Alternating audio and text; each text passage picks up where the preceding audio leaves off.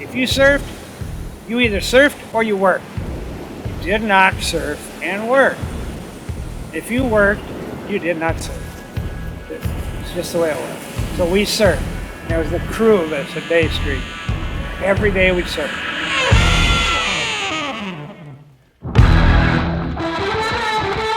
Sherman Johnson, 72.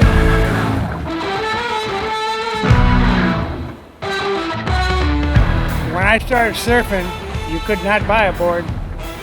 You built boards.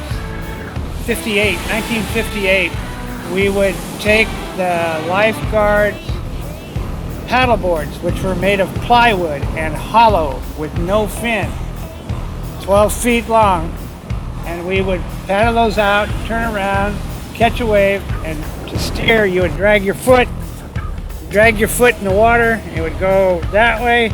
You drag your other foot in the water, and it would go that way.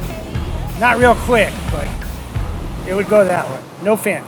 I stopped between 1964 and 1968.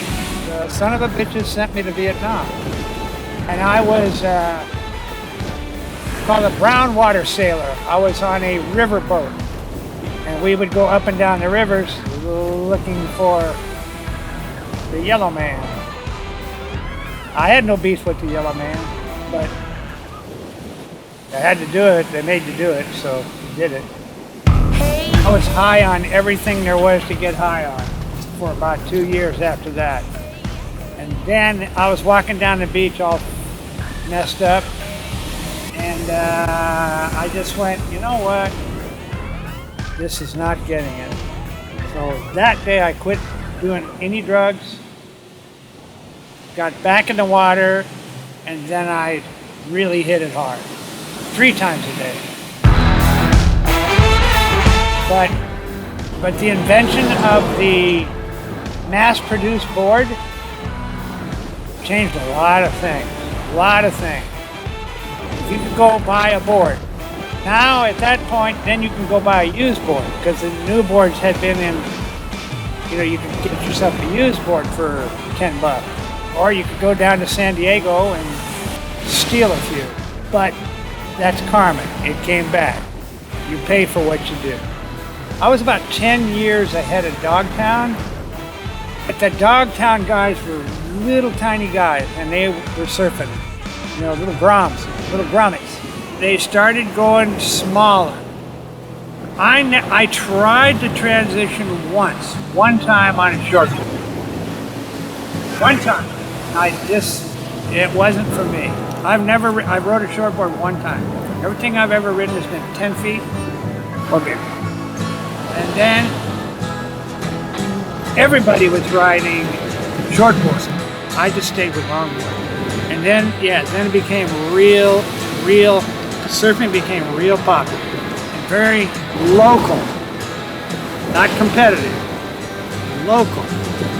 If you did not belong there, you would go to the parking lot and find your car with a couple of slashed tires. I got a tack-by shark here. Right there. For real. And when I got married to my wife, I surfed then, and without even saying, I'll be going surfing every day, she already knew it. So no issue. Today, she knows where I am. So I've been married to the same lady for 38 years. 38. Oh, I fix the boards. I like doing that. I'm passionate about that. But that's work. I would do it for free. But people pay me a lot of money to do it because I do it perfect. Right? It was an amusement park. As many people went there as Disneyland. It was an amusement park. And then they had big storm, and it just wiped it out. We went out and started it on fire, and that thing burnt for a year. They couldn't put it out. Creosote. You know what creosote is? That's what they put on the pilings to keep them from being eaten by the salt water. It's like gasoline. It burnt for a year until it burnt all the way down to the water line. And the rest of the pilings, you love it. The rest of the pilings are still there. One and gone. We made it go away. That's a true story. Just little idiots. 16-year-old idiots. Troublemaker. We got a bad reputation because we deserved it. We were little shits. Amazing. How stupid you are and how smart you think you are. I never drank. I have never drank. I've drank, but I never got into drinking because I couldn't get up the next day to go surfing. Get off the fucking street. Stay away from drugs. Go in the water. You can't surf if you're all fucked up.